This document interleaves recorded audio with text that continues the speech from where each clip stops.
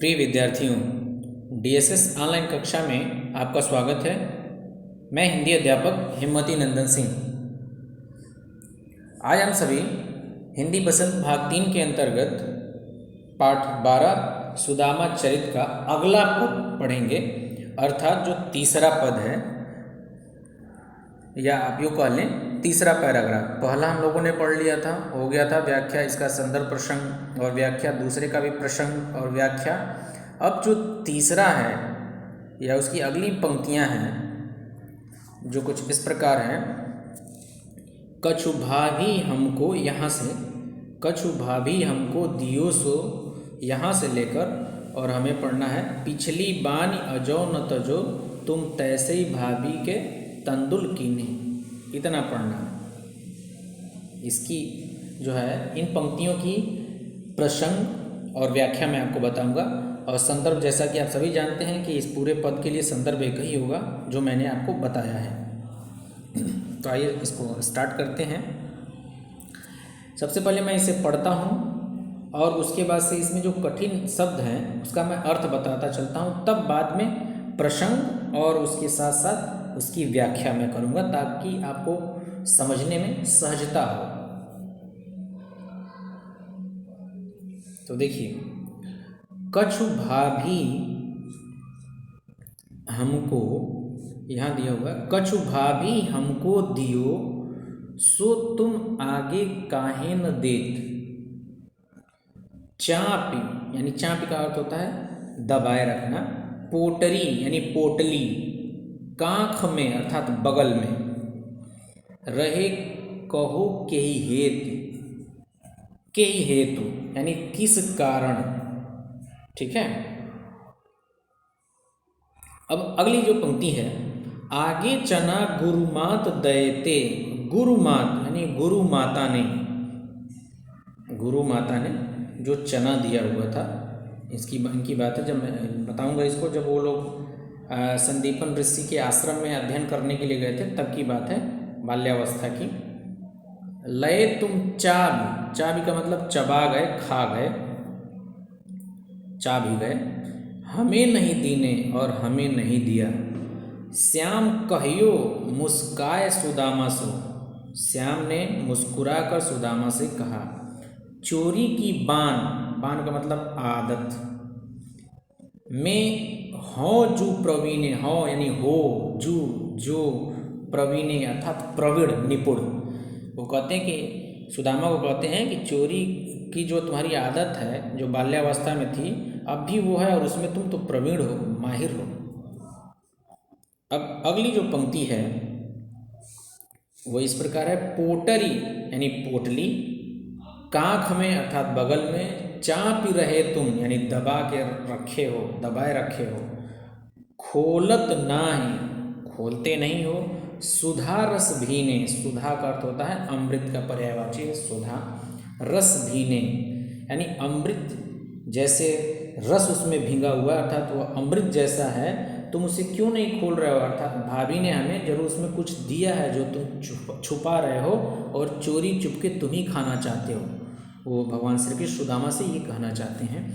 और अंतिम जो पंक्ति है कुछ इस प्रकार है, पाछिली, पाछिल यानी पिछली, पुरानी। बानी आदत। अजो आज। न तजो तुम, नहीं छोड़ा तुमने, अर्थात पिछली जो तुम्हारी आदत है चोरी वाली, वो अभी तुमने छोड़ा नहीं है। तैसे ही भाभी के तंदुल किन्हे, और तुम जैसे गुरु माता के द्वारा दिए गए चने को छुपा कर खा जाते थे, वैसे ही, तैसे ही यानी वैसे ही भाभी के यानी भाभी के द्वारा सुदामा जी की जो पत्नी है उन्होंने दिया है पोटली में चावल की, नहीं कुछ हमारे पास है तो ये चावल ही ले जाइए, दीजिएगा श्री कृष्ण को। और जैसा कि हमारे यहाँ का ये रीति रिवाज है, जब कोई मेहमान या कोई रिश्तेदार जाता है किसी के यहाँ तो कुछ न कुछ ले के जाता है, खाली हाथ नहीं जाता है। तो उसी तरह से जो है सुदामा जी की पत्नी जो है, उन्हें कुछ था नहीं तो वो एक पोटली में थोड़ा सा चावल रख देती हैं कि यही दे दीजिएगा। और तंदुल अर्थ चावल, चावल को कहा जाता है तंदुल, कीन्हे यानी उसी प्रकार आपने जो भाभी के साथ भी वैसा ही, जो चावल उन्होंने दिया है आप वैसा ही करना चाहते हैं जैसा कि गुरु माता के साथ दिए हुए चने के साथ आप चोरी छुपके से उसे खा जाया करते थे। तो ये है, इसमें बीच बीच में जो कठिन शब्द आए हुए हैं जिसे मैं समझता हूँ कि आपको बताना चाहिए और आपको वो चीज़ें आनी चाहिए, ताकि आपको व्याख्या जब मैं इसकी करूँ तो आप बहुत ही सरलता से, बहुत ही सहजता से उसे ग्रहण करें। अब इसका प्रसंग क्या है, इन पंक्तियों में मुख्य रूप से क्या कहा गया है, जो कवि नरोत्तम दास जी हैं वो क्या कहना चाहते हैं इस पंक्तियों के माध्यम से।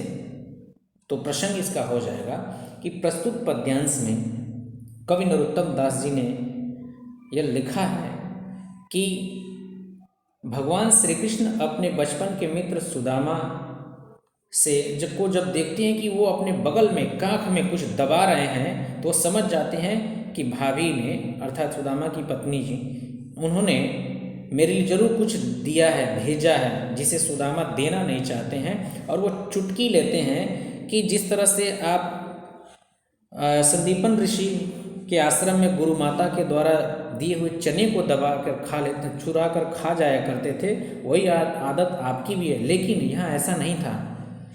यहाँ सुदामा जी जो है वो संकोचा रहे थे, संकोचवश जो है कि मैं अपने मित्र को ये चावल के दाने दूंगा, ये क्या सोचेंगे। लेकिन भगवान श्री कृष्ण ये जान जाते हैं, देख लेते हैं और वो चावल की जो पोटली थी उसको छीन लेते हैं। आगे आप देखिएगा तो इसका प्रसंग हो जाएगा कि प्रस्तुत पद्यांश में कवि नरोत्तम दास जी ने यह बताया है कि भगवान श्री कृष्ण सुदामा के द्वारा छिपाए गए जो पोटली है उसको देख लेते हैं और पूछते हैं कि इसमें भाभी ने मेरे लिए क्या भेजा है, यह तो अमृत के समान है। ये देखते हैं कि चावल है वो तो अमृत के समान है। अब आइए इसकी व्याख्या, यही मुख्य रूप से इनमें कहा गया है, इन पंक्तियों में मुख्य रूप से इसी बात को रखा गया है और इसकी विस्तार पूर्वक इसकी व्याख्या देखिए कैसे होगा। हाँ, पहली लाइन, कछु भाभी हमको दियो सो तुम काहे न दे। भगवान श्री कृष्ण अपने बचपन के प्रिय मित्र सुदामा को से कहते हैं कि क्या भाभी ने मेरे लिए कुछ भेजा है, और यदि भेजा है तो हे प्रिय मित्र तुम क्यों नहीं मुझे देते हो, कि भाभी ने आखिर मेरे लिए क्या भेजा है। अब देखिए, अब श्री कृष्ण भगवान के इन शब्दों को सुनकर, इन वाक्यों को सुनकर वो क्या करते हैं, संकोच में आ जाते हैं। चापी पोटरी कांख में, तो सुदामा जी क्या करते हैं, जो पोटली लिए थे वो कांख में अपने बगल में पोटली, चावल की जो पोटली थी उसको दबाए रहते हैं। चापी पोटरी कांख में, यानी चावल की पोटली को वो अपने बगल में दबाए रखते हैं। रहे कहो के ही हेतु। अब भगवान श्री कृष्ण जब उनको देखते हैं कि ऐसा करने के बाद से मेरे वो कांख में दबा रहे हैं कुछ, तो उन्होंने कहा कि अब पोटली जो है आप कांख में क्यों दबा रहे हैं, क्यों नहीं मुझे दे रहे हैं, क्या भाभी ने मेरे लिए कुछ भेजा है, तो मेरे सामने उसको प्रस्तुत कीजिए, दीजिए। अब इस व्यवहार को देखकर सुदामा के उन्हें पिछली बात याद आती है, जब ये दोनों मित्र बचपन में संदीपन ऋषि के आश्रम में विद्यार्जन करते थे, अर्थात विद्या ग्रहण करने के लिए गए थे, अध्ययन करने के लिए गए थे। तो उस समय की घटना को याद दिलाते हैं भगवान श्री कृष्ण, और वो क्या कहते हैं, आगे चना गुरुमातु दयेते। वो कहते हैं कि हे मित्र, इसी प्रकार पहले गुरु माता ने, अर्थात इनके गुरु संदीपन ऋषि की जो पत्नी थी, इन दोनों लोगों को देती थी कि ये चना लीजिए और जाइए जंगल से कुछ लकड़ियाँ ले आइए, जब भूख लगेगा तो ये खा लीजिएगा। तो सुदामा क्या करते थे, उस चने को जो है अपने पास रखते थे और श्री कृष्ण को बताते नहीं थे। जब श्री कृष्ण भगवान पेड़ पर चढ़ जाते थे लकड़ियाँ काटने के लिए, तो ये नीचे बैठे बैठे चने को खा जाते थे। यद्यपि भगवान श्री कृष्ण ने उनकी ये आदत या चोरी पकड़ी थी, लेकिन वो कुछ कहते नहीं थे। तो वही चीज़ याद दिला रहे हैं कि आगे चना गुरु मातु दयते, इसी प्रकार जब गुरु माता जी चना देती थीं, लय तुम चाबी हमें नहीं दीने, और तुम लेकर स्वयं खा जाते थे। चाबी यानी चबा जाना, अकेले अकेले उसे चने को चबाते थे, यानी खा जाते थे, मुझे नहीं देते थे। श्याम कहियो मुस्काए सुदामा सु, अब श्याम अर्थात भगवान श्री कृष्ण ये मुस्कुरा कर सुदामा से कहते हैं कि चोरी की बान में हो जो प्रवीणे, यानी हे मित्र सुदामा, तुम पहले की भांति अब भी चोरी करने में प्रवीण हो, यानी चोरी करने में तुम्हें महारत हासिल है। जैसा पहले चुराते थे अब भी वही स्थिति है तुम्हारी कि भाभी ने मेरे लिए कुछ दिया है और तुम उसे जो है इस पोटली में बगल में रख के छुपाए हुए हो, दबाए हुए हो। देखिए वही चीज़ आगे कहते हैं, पोटरी काख में चापी रहे तुम, और जो पोटली है तुम उसे अपने बगल में काख में दबा कर रखे हुए हो। खोलत ना ही सुधा रस भीने, अभी मैंने आपको बताया सुधा का अर्थ होता है अमृत, अमृत का पर्यायवाची है सुधा। रस भीने यानी अमृत के समान उसमें रस भीना हुआ है, मिला हुआ है ऐसे चीज़ों में, और तुम दे नहीं रहे हो। खोलत ना ही सुधा रस भीने, क्यों नहीं उस उपहार को मेरे सामने प्रस्तुत कर रहे हो।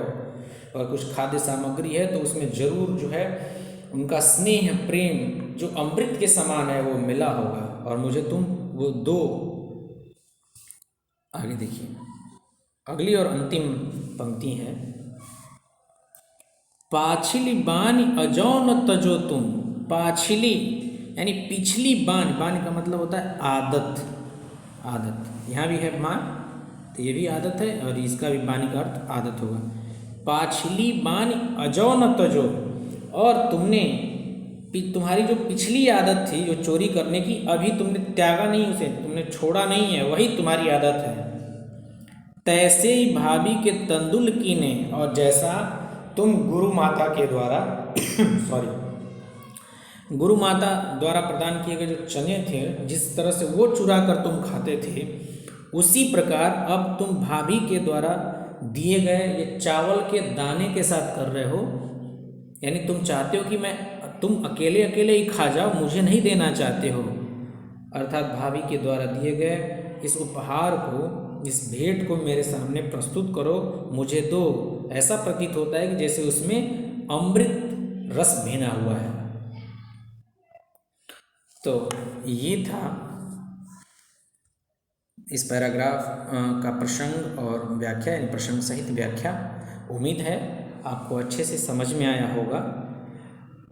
इसके बाद जब आप सुनिएगा इस वीडियो को एक बार, दो बार, और अगर इसके बाद भी कुछ ऐसे शब्द या कुछ ऐसी पंक्तियां हैं जिनकी व्याख्या या जिन शब्दों का अर्थ आपको क्लियर ना हुआ हो, स्पष्ट ना हुआ हो, या कोई संदेह हो, संकोच हो उसमें, तो निसंकोच आप जो है मेरे नंबर पे व्हाट्सएप करके या प्रत्यक्ष रूप से कॉल करके आप अपनी समस्या का निराकरण कर सकते हैं। आज के लिए इतना ही, धन्यवाद।